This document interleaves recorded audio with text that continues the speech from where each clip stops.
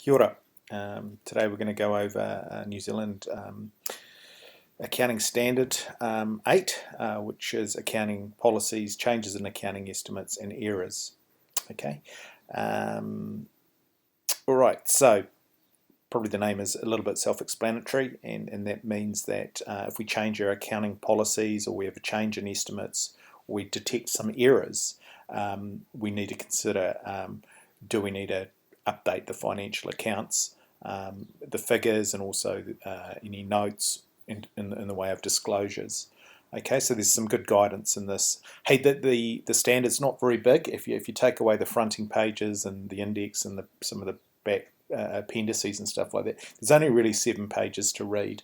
Okay, so it's not a big read, and it's quite concise. Okay, so the why are obviously to enhance the reliability and relevance of the entity's financial statements. Okay, so that's important. Okay.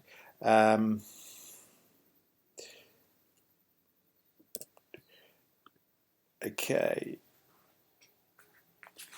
The how. Okay, so this is where it sort of breaks up. It covers off 3 things that this one does, and that is that it covers off if we change our accounting policies. In other words, hey, look, rather than using LIFO, we're going to go to FIFO, or we're going to move away from weighted average, or whatever it might be, right? Okay, so it covers those sort of things. All right. It also covers the changes in accounting estimates, because a lot of things in accounting are provisions, right? So we don't know exactly what it is until probably the conclusion. Okay, so the wear and tear on fixed assets, for example, that's only a provision. Obviously, we can ascertain along the track if it has by getting valuations, etc. Okay, we make a provision for warranties, but we don't know exactly how many people are going to claim on their warranties. We make a provision for doubtful debts. Okay, again, we don't know exactly who's not going to pay. All right, so that's important. Okay, so those are those, and then the third one is errors, either mathematical by mistake or intentional misrepresentations, right? So if errors are detected, right? So the standard tells us a few things. If it's a change in accounting policies, and people are wanting to compare apples with apples, whatever comparatives we're presenting, e.g. the previous period, that should have the change in accounting policies applied to it, so that we're actually comparing like with like. Okay, so we have to do that retrospectively unless it's impractical. In other words, we don't have the information to work out the effect on the previous years. Okay, so when we're looking at comparatives, quite often it's just the last year, that's not a problem. But if we're doing it retrospectively, and it goes back, e.g. 3 years, we update the opening balances, e.g. in equity and retained earnings, for example, from the opening balance from that 3 years back. Okay, because we're not presenting the new P&L, for example. Okay, so the key differences between these 3 things is both errors and changes in accounting policies. Once detected, we should apply them retrospectively.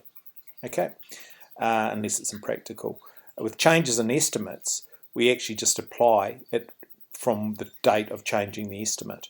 Okay, so we don't go back and say, hey, look, we could have estimated differently. We don't use hindsight.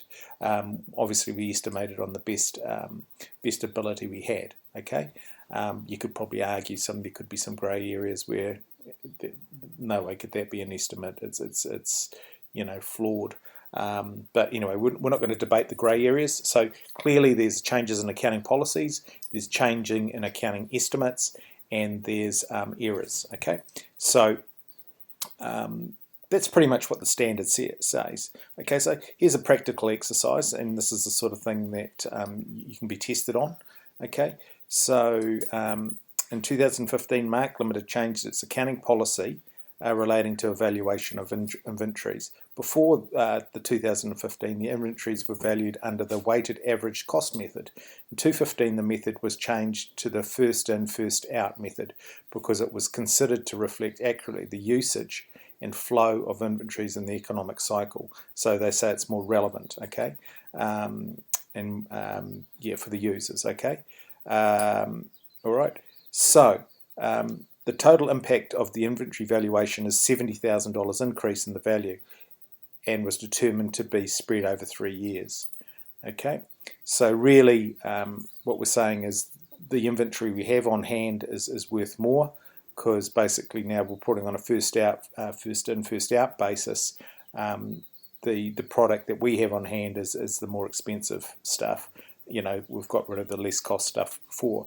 So in saying that, if we've undervalued our stock, we've obviously overvalued our cost of goods sold. Okay, so reading between the lines here, if we've done that, okay,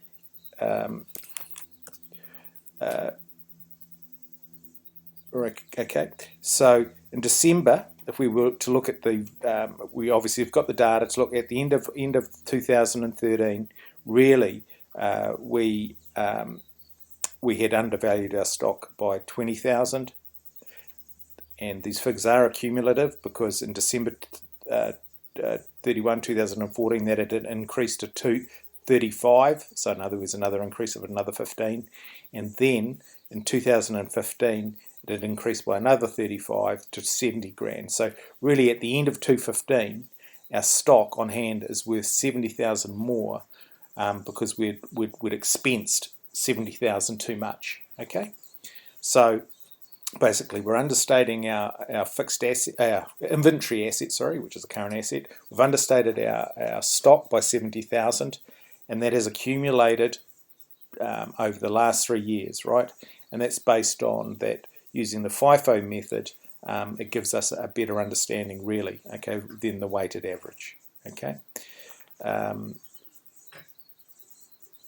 okay, it gives us some history here too, right? So as at the first 2014, okay, the original stated retained earnings were 310. So that was from that year there. Okay.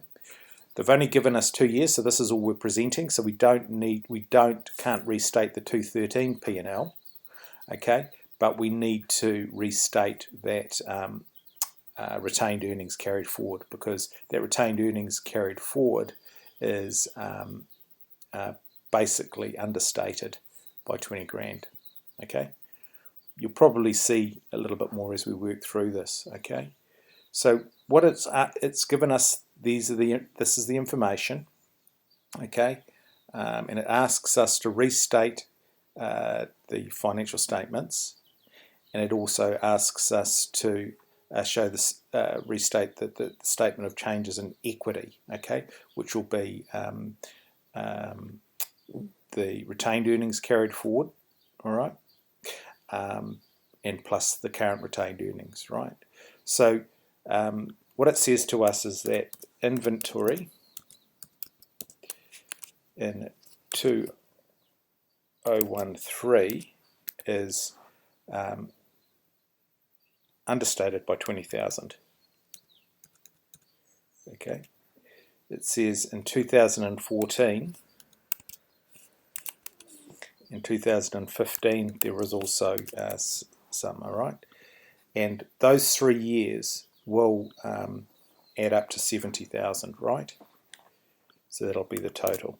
Okay, it's telling us by the end of 2014 that figure had now increased to 35. So that's an increase of $15,000 in the value of our stock, and that in 2015 that it had increased by another amount to bring it up to 70,000, which is going to be 35,000. So those are the periods this will affect, all right? Okay. So now that we've done our workings, we can go about restating the financial statements in the current period plus retrospectively, and because it goes back to 2013, we need to fix the opening balance as well. Okay, so as of the 1st of the 1st 2014, the original stated amount, which they've given us, is 310. Okay, I'm going to put that in here for now. 310, 1, 2, 3. Okay, so we're all okay with that. Now I'm going to revisit up here. Okay, so the changes are just going to be in the cost of goods sold. That's the only area really that's going to have any change. Okay, so I'm just going to highlight that like that, because this change in accounting policy hasn't got any effect on our revenue, so I can just copy that from there for both those years. So I'm good with that, right? Okay. The gross profit is going to be a formula, because it's going to be whatever our sales is less our cost of goods sold will give us that. Okay, and that's going to be a formula, less the cost of goods sold will give us that, right? Okay, just make sure that the formula's right. Okay, so that's the gross profit. Okay, that's fine. I'm going to come back to the cost of goods sold. I'm going to just do the easy parts first. Administration costs will not change, all right? So that's the same. Okay, I notice that these figures are up here in negative, so I'm just going to not make that minus, I'm going to make that plus there. Right, so that when I put a minus up there, I'm not minusing a minus, okay? Right, okay, so they've entered the expenses of negatives, okay?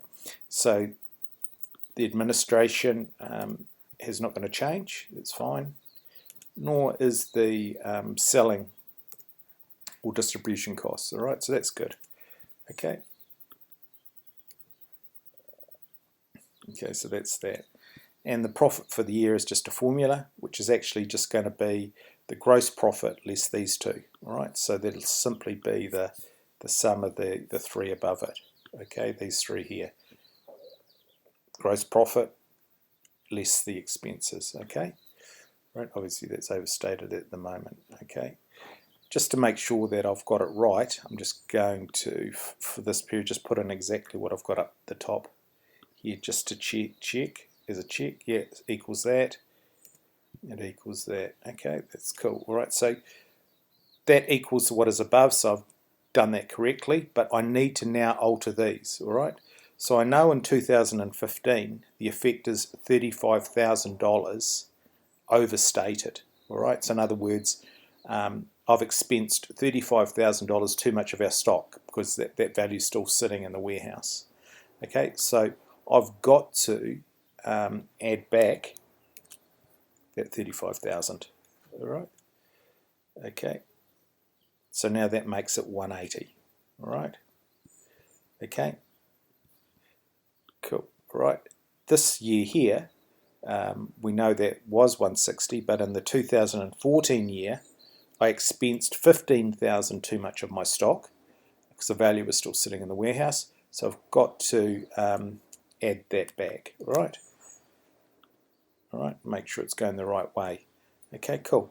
All right, so what you can see now is that in reality my profit is higher in both years.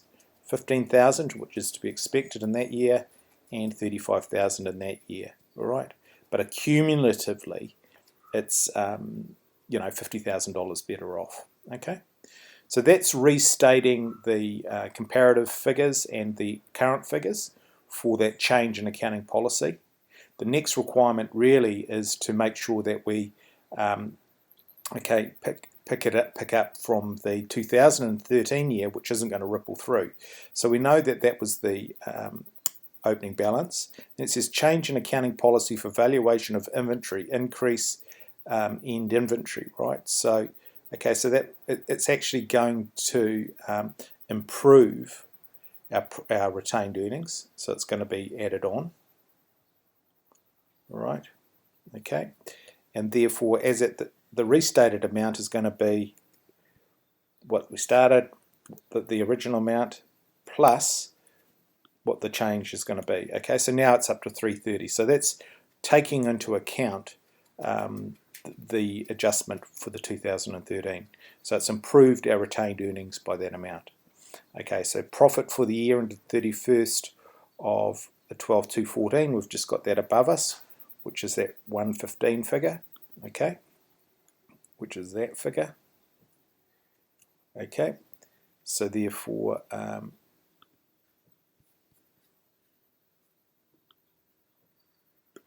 so our retained earnings carried forward plus the current retained earnings, okay, brings us up to 445, cool. And the profit for the last year, 215, which is this one here, is that one there, cool. So therefore now we've got retained earnings carried forward plus the current amount of profit. So really now what we've got is retained earnings of 625,000. Okay, all right, which should actually be $70,000 better than what would have been there if we hadn't made this change in accounting policy, right?